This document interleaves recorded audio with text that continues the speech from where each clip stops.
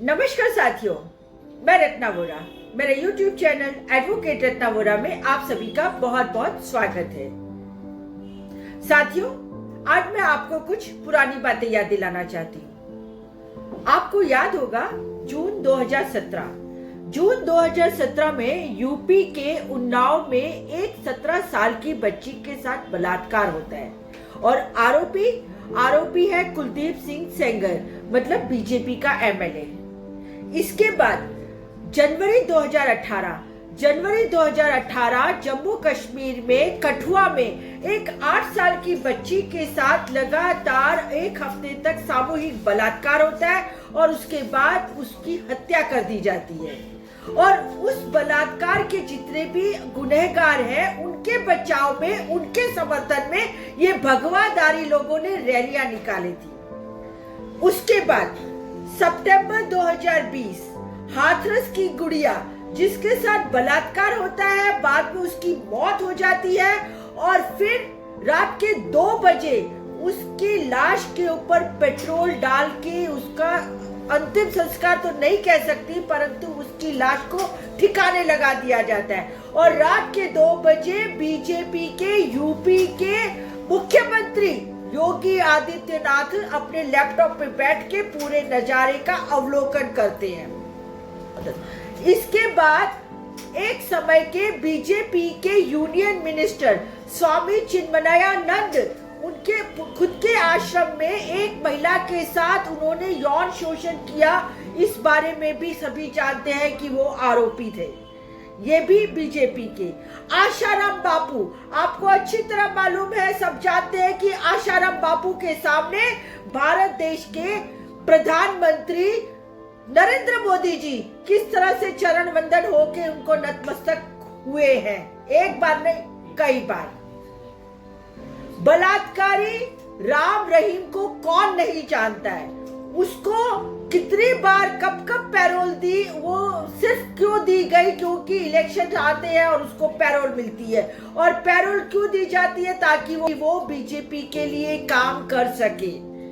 बृजभूषण शरण सिंह नाम अच्छी तरह से याद होना चाहिए क्योंकि इसके बारे में भी बहुत फसियतें हुई है और ये भी बीजेपी का सांसद है जिसने ओलंपिक मेडल विजेता हमारी पहलवान बेटियों के साथ उनका शारीरिक शोषण किया। ये भी बीजेपी का।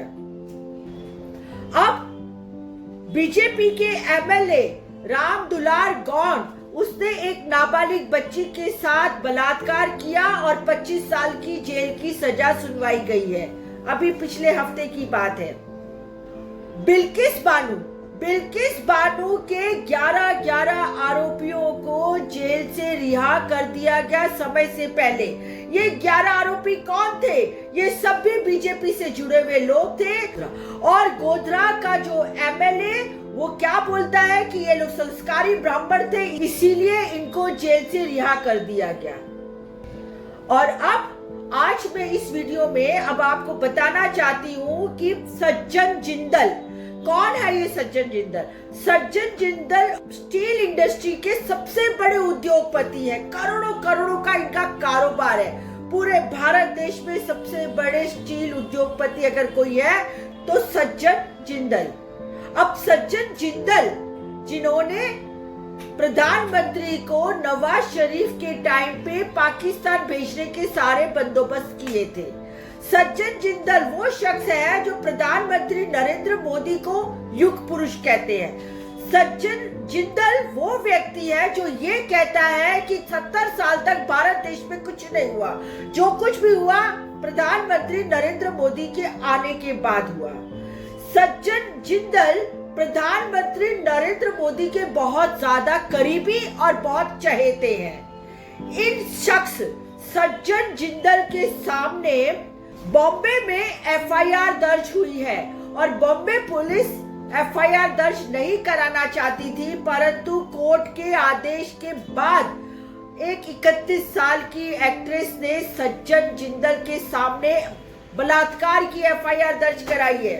अब यहाँ पे प्रश्न ये खड़ा होता है कि आखिर क्यों सारे के सारे बलात्कारी शोषण करने वाले लोग भारतीय जनता पार्टी से जुड़े हुए हैं। डायरेक्ट या इनडायरेक्ट वो लोग भारतीय जनता पार्टी से जुड़े हुए हैं। क्या भारतीय जनता पार्टी में महिलाओं के साथ शोषण करने का लाइसेंस दिया हुआ है? महिलाओं के साथ बलात्कार करने का लाइसेंस दिया हुआ है? क्या भारतीय जनता पार्टी, हमारे नरेंद्र मोदी जी बड़ी बड़ी बातें करते हैं बेटी बचाओ बेटी पढ़ाओ, पर क्या वो अपने पार्टी के ऐसे बलात्कारी, ऐसे शोषण करने वालों के सामने उंगली उठाते हैं? एक भी प्रश्न खड़ा करते हैं या उनको अपनी पार्टी से निष्कासित करते हैं? आखिर ऐसी क्या मजबूरी है कि भारतीय जनता पार्टी में जितने भी महिला विरोधी लोग हैं, चाहे फिर वो सांसद हो, एमएलए हो, मंत्री हो या कार्यकर्ता हो या उनके कोई भी ओहदेदार हो, उन सब लोगों को भारतीय जनता पार्टी रास आती है और वो भारतीय जनता पार्टी में ऐशो आराम से रहते हैं। क्यों मोदी जी उनके सामने कोई एक्शन नहीं लेते हैं? एक तरफ मोदी जी ये कहते हैं कि मैं महिलाओं का सम्मान करना चाहता हूँ, महिलाओं का सम्मान करता हूँ, अगर उनके साथ कुछ गलत होता है तो मुझे बहुत बुरा लगता है, मैं व्यथित हो जाता हूँ। और दूसरी तरफ वो मोदी जी अपने खुद के पार्टी के कार्यकर्ता, उनके जो ओहदेदार हैं, उनके जो एमपी, एमएलए या जो मंत्री हैं, उन लोगों के सामने जब भी ऐसे आरोप होते हैं तो मोदी जी चुप लगा के बैठ जाते हैं। मैं भारत देश की एक महिला होते हुए आज आपसे ये प्रश्न करना चाहती हूँ कि मोदी जी, भारत देश की महिलाएं, क्या उनका स्वाभिमान, क्या उनका संरक्षण, क्या उनकी रक्षा आपकी जिम्मेदारी नहीं है? और यदि आपकी जिम्मेदारी है तो आप वो जिम्मेदारी क्यों निभाते नहीं है? सिर्फ बोलने के लिए महिला वंदन, स्त्री सशक्तिकरण, सिर्फ बातचीत के लिए, सिर्फ जुमलेबाजी। आखिर कब आप हमें शोषण से मुक्त कराएंगे? अरे मोदी जी, आप तो मणिपुर भी नहीं गए। मणिपुर में 2 महिलाओं को निवस्त्र करा के सरेआम उनके शारीरिक शोषण किए गए, तो भी आज तक आप मणिपुर नहीं गए। मुझे समझ नहीं आता है कि आखिर आप क्यों चुप हो जाते हैं। जब भी महिलाओं की सुरक्षा की बात आती है, महिलाओं के आत्मसम्मान की बात आती है, तो मोदी जी आप क्यों चुप हो जाते हैं? वैसे तो आपको बहुत बोलने का शौक है, बहुत जुमलेबाजी करते हैं, बहुत सारी मन की बात करते हैं, पर जब महिलाओं का प्रश्न आता है तो आप क्यों चुप हो जाते हैं?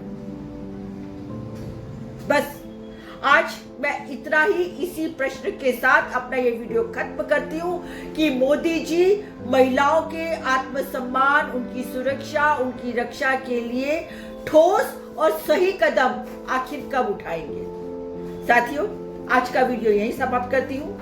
यदि आपको ये मेरा वीडियो पसंद आया हो तो इसको ज़्यादा से ज़्यादा लाइक कीजिए, सब्सक्राइब कीजिए मेरे YouTube channel advocate Ratna Vora को और शेयर कीजिए। फिर मिलती हूँ एक नई बात, एक नए विचार के साथ। तब तक के लिए नमस्कार।